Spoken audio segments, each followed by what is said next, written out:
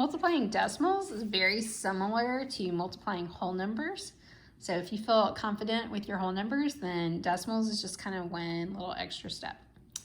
So when you're multiplying decimals, you're going to write the number with the largest number of digits on top. So you can ignore the decimal until the end when you're multiplying decimals. So we don't really care about where the decimal is. We just want to know how many numbers are a part, or how many digits are a part of this number. So there's 1, 2, 3 here and 1, 2 here. So I'm going to put the one with 3 on top, 3.24 times 4.7. Now I'm going to go ahead and leave the decimal in here, but I really am not going to need it till the end. So you don't even have to write these numbers with the decimal if you don't want to. Notice when I line these up, I followed the second step. We're not lining up the decimals or writing that second number all the way to the right. Okay, so this is how it's different than adding and subtracting, right? You don't need to line it up.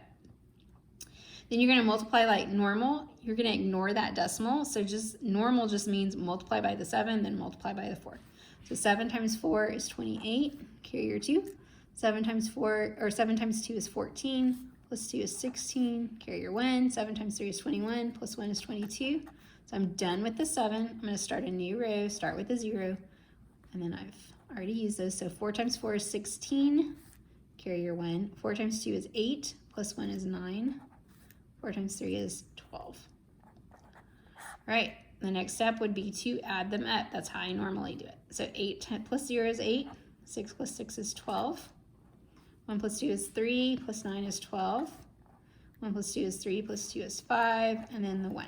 Okay, so I've done the multiply like normal. I've ignored the decimal. So this is where it just becomes a little different. So once I've multiplied, then I can worry about the decimal. So I'm going to go back and count the number of decimal places in the factors. So factors are what's being multiplied. So if I look at 3.24, there are 2 decimal places. 2. Okay, I'm going to call them DP for now. 2 decimal places.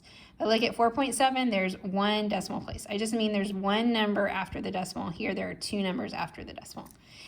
I need to add these together. So I have 2 here and 1 here. So 1, 2, 3 decimal places total. Then I want to place the decimal in the answer, in the product, the answer to the multiplication problem. Okay, it needs to have the same number of decimal places as the total of these. So since there are 2 plus 1, there are 3 total. That means I'm going to start, where do decimals always go? At the back of the number, like a period. And then I'm going to move it to the right 3 places. So 1, 2, 3. I'm sorry, move it to the left 3 places. So then my decimal ends up here. So my new number is 15.228. Okay? So really, multiplication, same thing until the very, very end where I figure out where the decimal goes. Look at number 2. So this has 2 digits. This has 1, 2, 3, 4 digits, or just 3 if you ignore the 0. So I can put this one on top, 0.356, since this has the most. I'm going to put the 7.9 underneath it, but it's going to go all the way to the right. Okay, I don't care with multiplication about the decimal until the very end, so I don't need to line it up. 9 times 6 is 54. Carry your 5. 9 times 5, 45, plus 5 is 50. 9 times 3 is 27. 27 plus 5 is 32. All right, and then I could do 9 times 0, but it's really going to give me a 0 here, so I'm just going to kind of ignore this 0. I don't even need it there.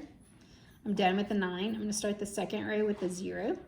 7, I'm going to move those. Okay, or mark them out so I don't get them confused. 7 times 6 now is going to be, what, 42? Carry your 4. 7 times 5 is 35, plus 4 is 39. Carry your 3. 7 times 3 is 21, plus 3 is 24. 7 times 0 is 0, but that's not going to really change anything, so I'm going to leave that 0 off. 4 plus 0 is 4. 0 plus 2 is 2. 2 plus 9 is 11. Carry your 1. 1 plus 3 is 4, plus 4 is 8, and then 2. All right, so I've ignored the decimal until this moment. All right, now I need to go back and count the number of decimal places. So in this number, in the 3.5 or the 0.356, there are 1, 2, 3 decimals.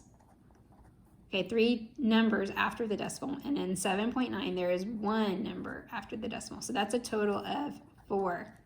So where do you start your decimal? At the end, like in a sentence.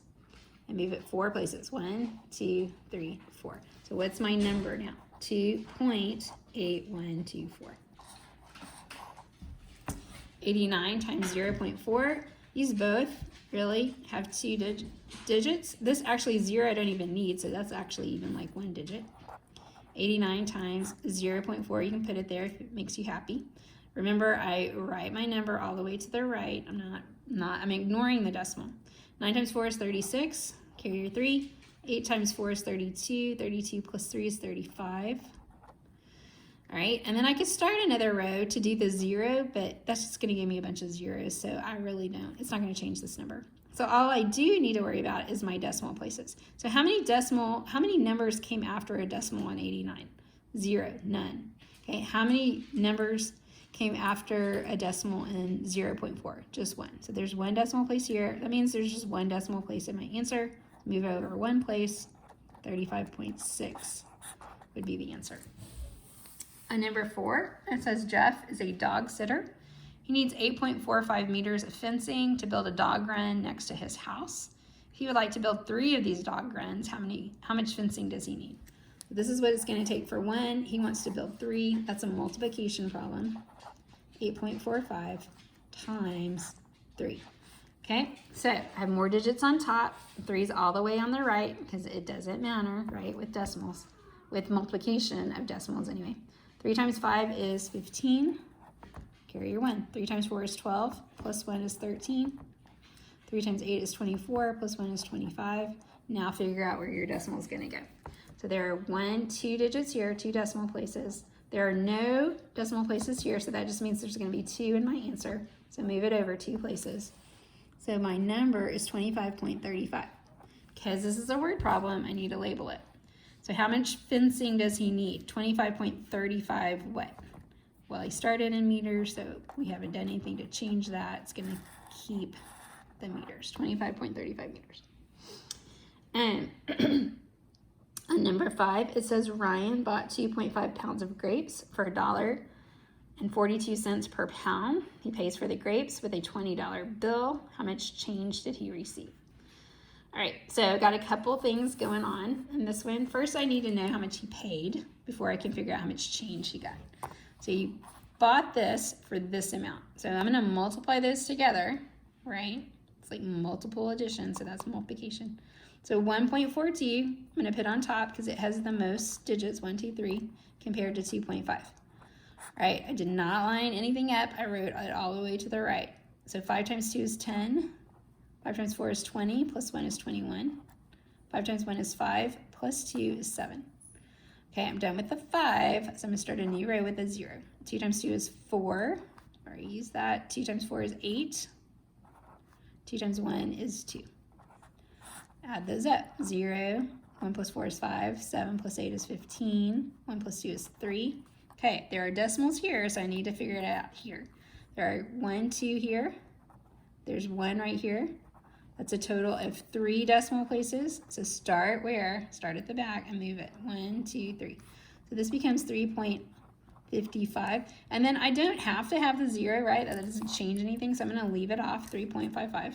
So that's how much he paid for the grapes. But you want to know how much change he received. So you're not going to add that to his $20 bill, right? If he paid for something, then if he's going to get change, then you're going to have to subtract it.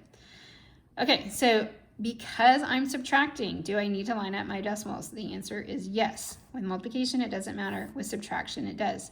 Where is the decimal in 20? Okay, it goes at the end like the period, so I'm going to add 20. I'm going to add a decimal to 20 at the back, and I'm going to line it up with the 3.55. All right, I can't subtract 55 from nothing, so I'm going to fill in with zeros here. And then I cannot do 0 minus 5 without borrowing. So, right, I have to come all the way to this 2 in order to find something to borrow. But this becomes a 1, this is a 10, but I need to borrow from it. So now it's a 9, and this is a 10. I need to borrow. So now this is a 9, and this is a 10. 10 minus 5 is 5. 9 minus 5 is 4. 9 minus 3 is 6. And then I bring down the 1. Then I bring down the decimal here. Okay, why did I not count the number of decimal places? Because I wasn't multiplying anymore, I was subtracting. With subtraction, you just bring down the decimal place. So this, if I'm going to answer it with a label, he's receiving money back. So $16.45 is the amount of change he should receive. Multiplying decimals, it's not that much different, right, than multiplying whole numbers. Just remember to find your decimal, find out where it goes after you're done doing your regular multiplication by counting the number of decimal places that you multiplied and putting the same amount total in your answer. And also, don't forget, okay, because sometimes it's going to combine operations. With multiplication, where you place things, where you line things up won't matter, okay, if you're multiplying. But if you're adding or subtracting, it does matter, and you will need to line things up. So just keep those two things straight. See you soon.